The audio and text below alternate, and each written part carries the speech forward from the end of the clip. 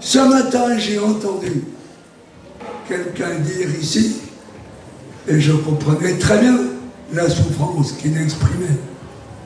Voilà ce qu'on a imposé à ma mère. Et la loi de Touraine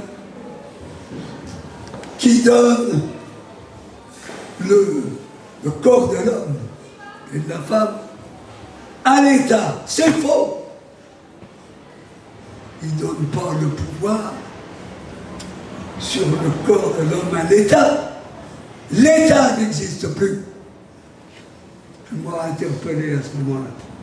Tu m'as dit, alors ça te fait plaisir ça. L'État n'existe plus. Ce sont les multinationales dans lesquelles les fonds de pension ont le pouvoir. Et ils n'ont pas le pouvoir de se réformer eux-mêmes. Ce sont les fonds de pension qui sont présents dans les multinationales de la haute technologie et qui sont présents dans la haute technologie, y compris scientifique, et dans les laboratoires, qui imposent qu'on leur donne le corps de l'homme et le corps de la femme. C'est-à-dire le corps merveilleux de l'être humain. Et il possède non seulement l'humain, il possède le végétal et l'animal. Ce qui veut dire que la planète entière est en train, sous l'effet d'une mécanique irréductible, qu'on ne me raconte pas d'histoire avec les G, je ne sais pas quoi, vent ou n'importe quoi, c'est ridicule. Entre Trump et Macron, il n'y a que la différence d'une caricature médiatique.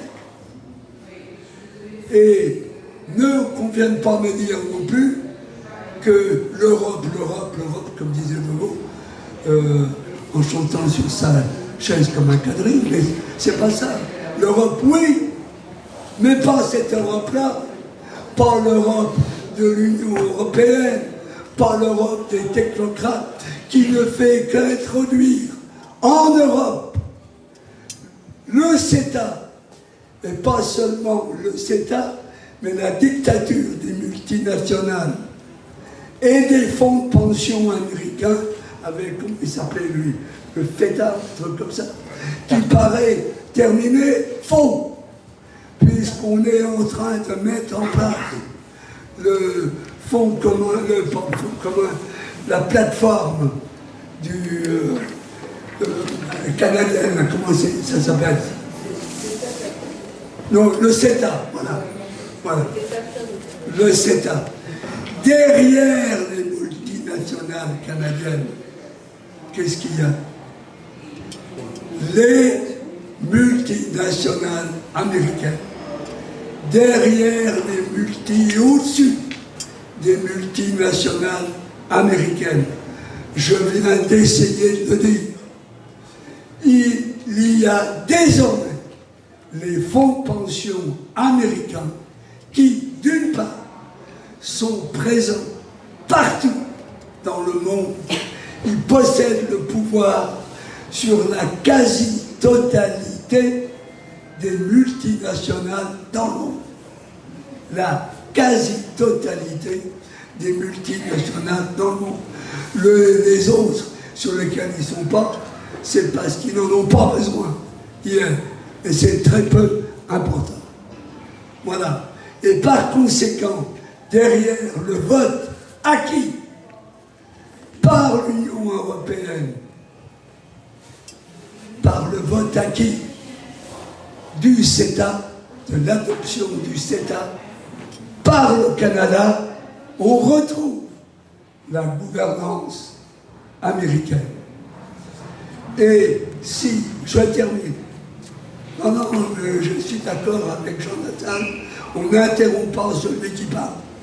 On y répond tout à l'heure. Et derrière, enfin il répond, il dit ce qu'il a à dire après. Derrière, non mais c'est vrai, c'est fatigant, quand on est à femme.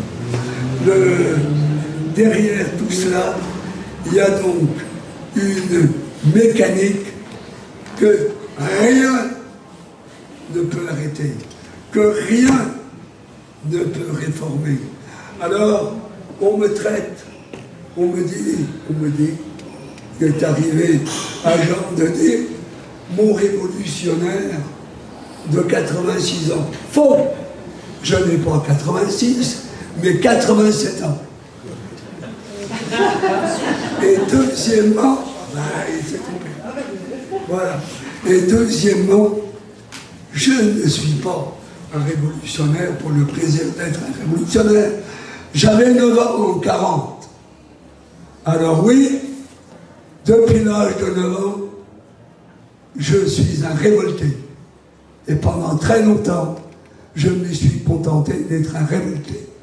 Et en essayant de faire mon métier dans des conditions différentes de ce que je voyais autour de moi, dans l'assurance comme dans le monde financier. Mais j'ai vu, j'ai surtout vu à 9 ans, le comportement ordinaire des Français ordinaires quand les Allemands sont rentrés en guerre, sont rentrés dans le village où j'habitais, et pendant la guerre, et puis je dirais même après la guerre.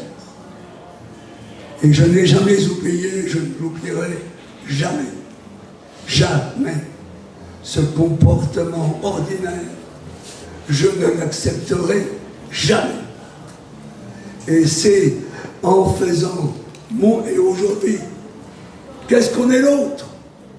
Qu'est-ce qu'on est l'autre aujourd'hui que d'avoir ce comportement ordinaire? Voilà un type, Macron, qui a été élu par combien de votes dans ce pays? Il est très largement majoritaire. Oui, 25 si vous voulez. Que ce soit 25 ou 30, c'est pas vrai. Il est donc... Et et vous avez eu quand même une majorité de votants, pas nous, bien sûr, qui avons constitué la masse des abstentions ou des votes blancs. Mais enfin, toutes ces réformes qui passent, et qui vont toutes dans le même sens, dans le sens de ceux qui sont les hommes des manettes, qui se sont soumis.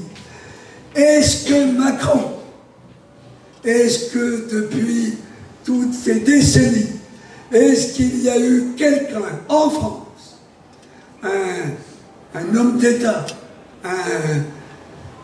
un homme qui avait le pouvoir à l'Assemblée, enfin le pouvoir de se faire entendre, pas lui ou lui interdire la parole au Sénat ou à l'Assemblée nationale, qui sont totalement recouverts par le lobbying? Est-ce que quelqu'un a dit il faut que les capitaux réfugiés dans les paradis fiscaux soient rapatriés? Et on va se jeter là-dessus, nous, peuple français. Voilà une façon de travailler sur les élections présidentielles, les élections européennes. Voilà. Et est-ce qu'il y a eu? Non. Savez-vous combien il y a de capitaux à l'extérieur? Il y a à peu près la moitié de la dette française. La dette française est de 2000 milliards d'euros. Il y a à peu près la moitié de la dette française. Savez-vous combien il manque à l'État chaque chaque année en impôts 80 milliards d'euros dans le bouquin que j'ai sorti pour, au mois de mars 2017 pour aider tant que je pouvais et avec mes faibles moyens, mes très très faibles moyens, mes moyens pratiquement nuls, je l'ai intitulé « À la conquête du CAC 40 ». Eh bien, on n'en est pas là. On en est très loin à la conquête du CAC 40 et j'avais essayé de démontrer arithmétiquement qu'on pouvait acheter la maîtrise sur l'industrie, sur l'économie française, la prédominance des fonds de pension américains. Évidemment, personne n'a pu. Si, j'ai quand même été 2 fois invité à une radio qui n'avait rien d'une radio d'État. Voilà ce que je voulais vous dire aujourd'hui. Aujourd'hui, je ne vois pas comment on peut s'en sortir sans une utopie. Alors, quelle est mon utopie?